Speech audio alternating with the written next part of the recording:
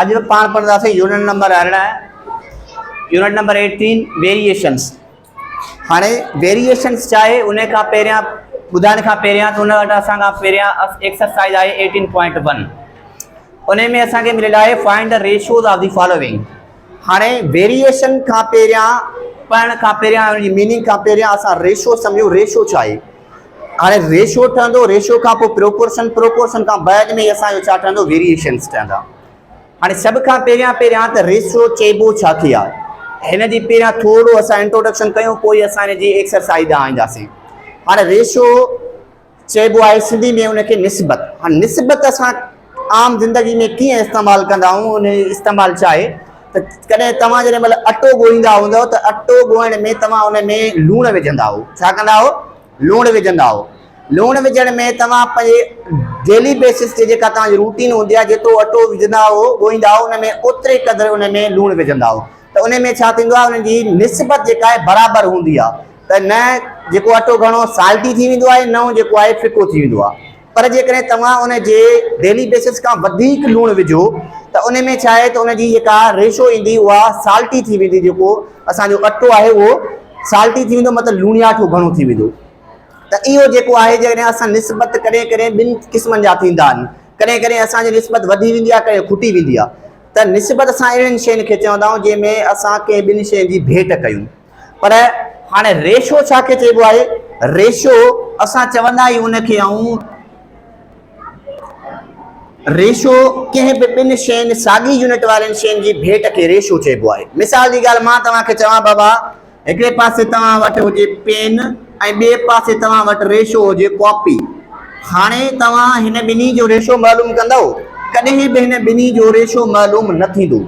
छो त रेशो जे लाइ शर्त इहो आहे त ॿिन्ही साइड ते सेम यूनिट हुजे। छा हुजे? सेम यूनिट हुजे। कीअं? मिसाल जी ॻाल्हि मां हिते ॿाहिरि लिखी सघां थो ब्लैक पेन ऐं ॿिए पासे मां लिखां थो रेड पेन। हाणे हिते छा आहे? हिते ॿिन्ही पासे पेन खे शो पियो करे। छा खे शो पियो करे? पेन खे। त इन्हनि ॿिन्ही जे विच में असां जेका आहे कंपेरिज़न करे सघूं था।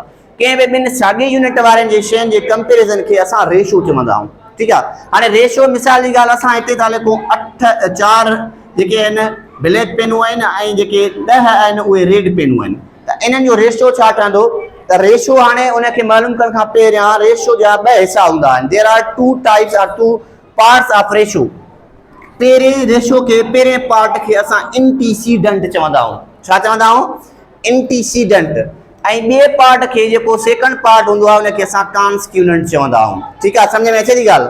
पहिरें खे एंटीसीडेंट ऐं ॿिए खे कॉन्स्टिट्यूएंट।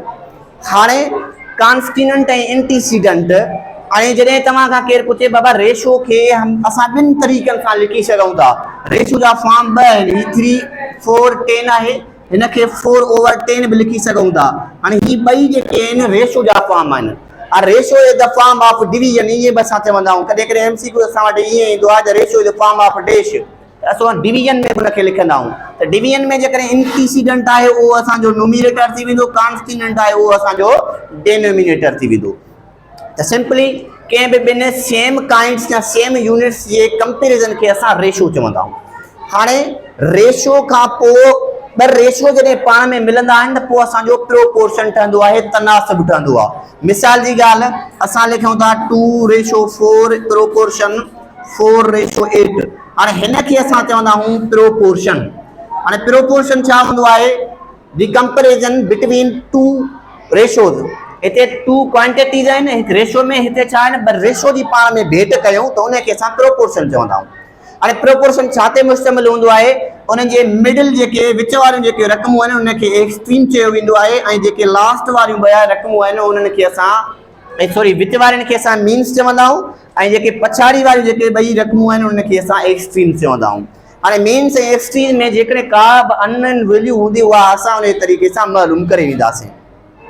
उन खां बाद में रेशो ठही 2 मिली करे प्रोपोर्शन ठहंदा। There are 2 parts of proportion. जेको तव्हां 7 8 क्लास में पढ़ियो हूंदो त प्रोपोर्शन खे असां डायरेक्ट प्रोपोर्शन ऐं इनवर्स प्रोपोर्शन चवंदा हुआसीं।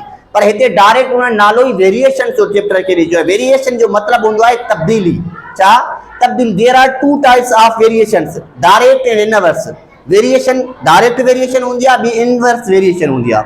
जॾहिं बि जेकॾहिं सीधी तरह वेरिएशन डायरेक्टली जेकॾहिं सुबुह तो जेकॾहिं वधे थो, जेकॾहिं मिसाल जी ॻाल्हि माण्हू वधनि था त उन्हनि जा जेकॾहिं मिसाल जी ॻाल्हि असां 10 माण्हू आहिनि त उहे 10 माण्हू 20 मानियूं खाइनि था, पर जेकॾहिं 20 माण्हू हुजनि त 40 मानियूं खाईंदा। त जॾहिं ॿई पासा रेशो वधे त उनखे असां डायरेक्ट वेरिएशन चवंदासीं। जेकॾहिं असां वटि वेरिएशन हिकिड़े पासे खुटे, मिसाल जी ॻाल्हि 10 माण्हू 5 ॾींहंनि में कमु कंदा त 20 माण्हू जल्दी कमु कंदा, त इन खे असां चवंदासीं inverse variation. There are 2 types of variation, direct variation ऐं इनवर्स वेरिएशन।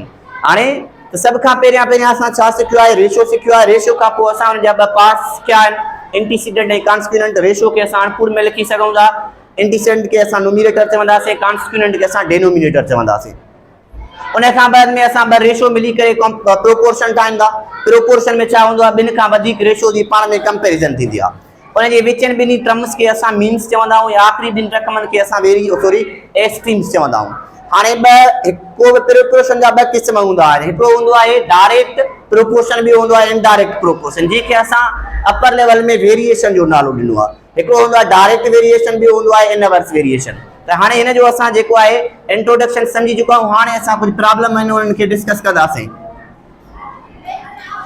हाणे त असां वटि प्रॉब्लम आहे 70 kg एंड 28 kg।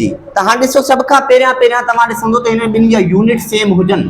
यूनिट ॿिन्ही जा सेम आहिनि, ॿिन्ही पासे kg मिलियल आहे, पर कॾहिं कॾहिं ईअं थींदो अथव हिते मिसाल जी ॻाल्हि ख़ाली ग्राम मिलियल हुजे त उन्हनि खे असां मिसाल जी ॻाल्हि कंहिं यूनिट में चेंज करे सघूं त उनखे असां करे सघंदासीं। हिन ॿिन्ही जो आख़िर में जेकॾहिं तव्हां केरु पुछे हिन जो यूनिट छा आहे, त हिन जो यूनिट आहे ग्राम या kg। त हाणे सभ खां पहिरियां त असां kg लिखो न लिखो हिते लिखंदासीं, सॉल्यूशन लिखी करे लिखंदासीं 70/28। हाणे हिन जो मतिलबु ईंदो आहे, तव्हांखे मूं ऑलरेडी ॿुधायो आहे त ratio is a kind of friction. त असां वटि जेकॾहिं मिसाल जी ॻाल्हि हीअ फ्रिक्शन हूंदी आहे त असां हिन सिंप्लीफिकेशन कंदा आहियूं त हिननि ते सेम टेबल जेको आहे पढ़ंदा आहियूं। अहिड़ो टेबल पढ़ंदासीं जेको 20 खे बि लॻे ऐं 16 खे बि लॻे। त पोइ छा थींदो आहे, मिसाल जी ॻाल्हि हिते असां पढ़ंदासीं 5 चौक 20, हिते असां पढ़ंदासीं 4 चौक 16। पर ईअं कॾहिं बि असां कोन पढ़ंदासीं त 5 ऐं 10 एंड 4 चौक 16। त हीअ असांजो ग़लति थी वेंदो। हीअ जेको असां सेम काइंड जो जेको आहे खोड़ो पढ़ंदासीं उहो सही थी वेंदो। अहिड़े तरीक़े सां सिंप्लीफाई हिनखे कंदासीं। ॿी जो खोड़ो ॿिन्ही खे लॻे थो 3 × 6 5 × 10 1 × 2 2 4 × 8। त हाणे 35 एंड 14 थी विया, हिननि खे सेम खोड़ो लॻे थो। कहिड़ो लॻेनि थो, 5 7 35 एंड 2 7 14। हाणे ही वधीक जेको आहे सिंप्लीफाई नथो थी सघे। त अहिड़े तरीक़े सां द सिंप्लीफिकेशन ऑफ रेशोज़ जेसी ताईं पॉसिबल हूंदो एसी ताईं असां हिनखे कंदासीं। हाणे हिनखे 5 जो खोड़ो लॻे थो, हिनखे 2 जो लॻे थो, ॿिन्ही खे अलॻि अलॻि टेबल वञनि था, हीअ अॻिते हल न थींदो। ठीकु आहे, हाणे ॿियो प्रॉब्लम असां हल कंदासीं। बंदि करीस हाणे।